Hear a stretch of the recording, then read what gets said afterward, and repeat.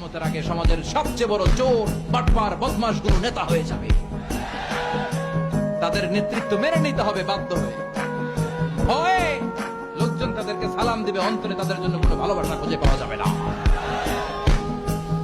প্রতিটা কথা বিশ্বনবী কেমন যেন বাংলাদেশ দেখে দেখে বলছেন।